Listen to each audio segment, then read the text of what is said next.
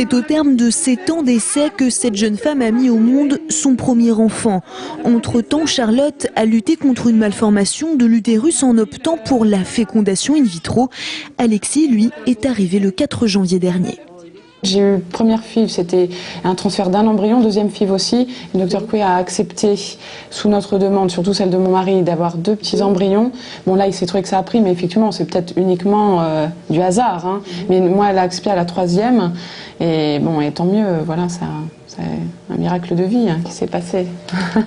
Ce protocole de fécondation artificielle, suivi d'un transfert des embryons dans l'utérus, cette patiente n'est pas la seule à y avoir eu recours. Fin janvier, une Américaine a donné naissance à 8 bébés, une situation rarissime et qui ne serait pas possible en France.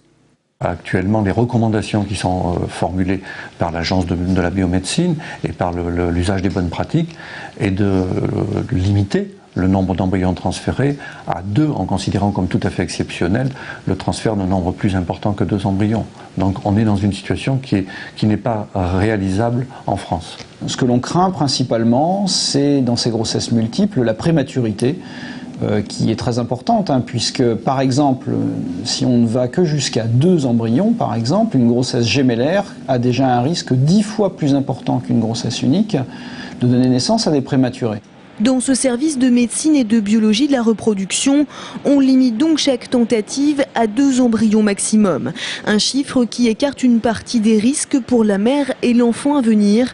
En 2006 en France, plus de 20 000 bébés sont nés grâce à la fécondation in vitro.